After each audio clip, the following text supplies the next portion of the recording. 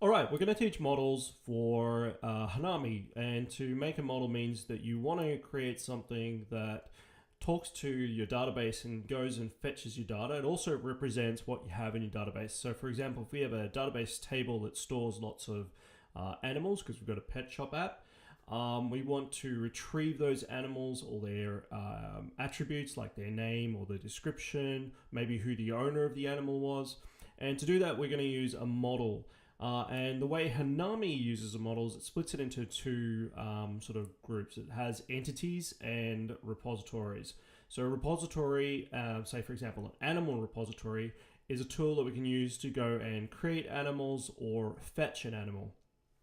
And that means we're dealing with the database sort of things. When we actually have an animal itself, that's called an entity. So that's where entities, like an animal entity, comes into play. So if you've used something like Rails before in the past, it's sort of like splitting up your model into two sort of separate things, and this keeps a bit of separation between things. The other thing about Hanami is that it can have multiple web apps that use the same database. So for example, if we've got one web app here, which is called web, and we have a second web app, they can still use the same data and the same models. So we can make multiple web apps within the one application framework. So it's a very similar idea to what Django has for Python web developers, or for the Phoenix framework, which is Elixir programmers. Our database will be kept in here because we're using a SQLite database. And our models will be split into, if you look into here, this pet shop app, you can see entities and repositories. So we're going to generate a model. So let's do that now. So we go Hanami, or bundle exec, Hanami, generate a model, and we're going to give it a name. So it's animal, and that's going to store all our animals inside of that. So we run that, and it creates several things. So it creates the animal entity, it creates the repository, so that's the thing that's going to fetch the data from the database for us. So it's also going to create a migration file that tells basically the database to create a table with all the appropriate columns. We've got some testing files here as well, which we're not going to cover in this video. We're also not going to cover how we use the model in the web application, say for example the website page. I'll do that in a separate video. Today we just want to talk about creating a model so that we can use it later on. So now that we've got that there, we can have a look at all those files. So if we have a look at the database, you'll see under migrations, if we refresh here, you'll have a create animals table, and you'll see primary key and some columns like created at and updated at. So the primary key is the ID of the particular row or entity inside the database, and that's going to be from the database. And also the created at is when we create something in the database table, it's going to timestamp it with a created at, and every time we make a change, it's going to be updated at is going to also be timestamped. That's taken care of by Hanami. We don't have to deal with that sort of thing, but it's there from the default. We also want to add our own columns. Like I'd like to have, for example, each animal has a name and maybe a bit of a description. You can add more columns as you want to suit your needs.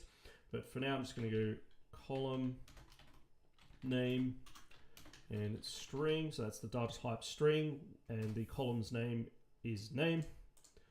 Also going to use another one, say column description. It's also going to be a string because I need it to be a bit longer, because the description might be longer than a certain size that a string has. I'm going to also pass in text and true. I'll save that now.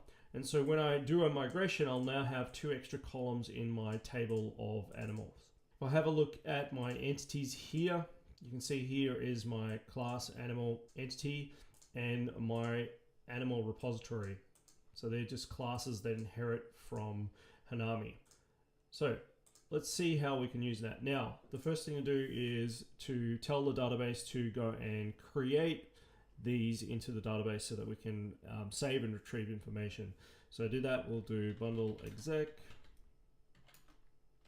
Hanami, db, and prepare.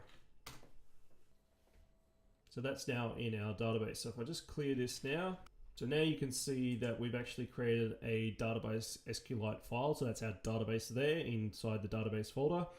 Now I'm going to actually go into what's called a Hanami Console, which is some interactive Ruby, and allows me to use the entities and repos without having to start building it into my web application. So this is a way of me seeing if I can save and retrieve data from the database. So we'll do bundle exec, Hanami, and console. And this brings us into an interactive Ruby IRB console. And here I can do regular Ruby. So for example, if I do 1 plus 1, I get 2. So you can see that it's doing some math. But I'm going to do some code that actually goes and creates an entity. So for example, I'm going to make a variable here called mittens. And this variable is going to be a new animal. And its name is going to be mittens. And its description is going to be a black cat. Now I don't need to add the created at and the updated at. That won't be necessary. It's already taken care of. So all I have to do is run that now. And you can see I've created an entity. Now that isn't saved into the database. That's just a object that has some attributes. So for example, if I say mittens.name, I get back mittens. If I say mittens.description, I get back a black cat. So we can now add this to our database. There's a really simple way to do that. We can go, for example, go and create a new repository. So we have to make a variable for that too. So animal repo equals animal repository. And these are classes. So for example, animal.new up the top here, that has to be in with a capital, just like it's written over in the class here. And the animal repository is the same deal. So we're going to do the same thing here. So let's close that back up. So you're going to .new. And so that's going to create a new repo. And its relation to animals there you can see there. So now I say animal repo dot create. So now I can say go and create a new animal using mittens, the entity. So mittens is the entity, which is an animal. So I can go and create that, press that, and it's gone and put that into the database. You can see it's given it on ID. It's also timestamps updated at and created at. So we've got some timestamps there. Plus it's added the mittens and so on. So we can use that repo now to go and fetch the cat if we want to. So go animal repo dot find. And we know that ID is number 1, so we just need to put in number 1 here. And we get back the actual entity instance, which is the animal with all the attributes. Now, if we want, we can say, for example, the cat equals animal repo find number 1. Oops, I didn't put the find there, so just put the method find there. And so what we have to do then is have a look at cat, and you can see there it is mittens. So if I go cat.name, that variable is going to return to me, and that method is going to return to me mittens. If I do cat.description, I've got a black cat. So the repo is for creating or fetching data, whereas the entity is the actual individual thing we want to change. If we want to, say, for example, update the entity, we have to go through the repo to do so. So if we go animal repo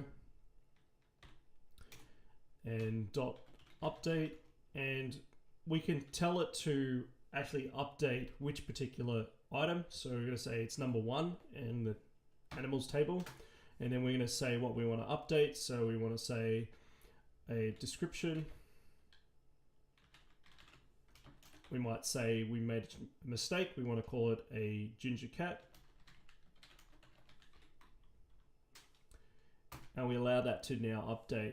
So if we go and find that cat again, and make an entity out of it. So if we go cat equals animal repo.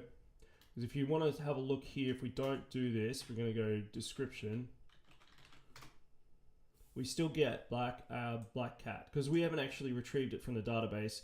The entity is not related to what's in the database. It's just what's retrieved back. So we want to basically redo this again by going cat equals animal repo dot find. However, this time we can use what we got back from the database. So if we, every time we look at cat, you can see cat actually has an ID of 1. So we can go cat.id instead of typing in 1. And now cat is going to be the updated entity. So if we go cat.description now, we get a ginger cat. So just be aware that the entities aren't what's in the database. The entity is just a class that is the retrieved information. When you want to update or change or create a new animal, you'll have to use a repository to do that. And that keeps a bit of separation from things. In the next video, I'll show how to use it into your web app so that you can show, for example, a list of animals on a page. So that way you can actually have data from your database show on your website page.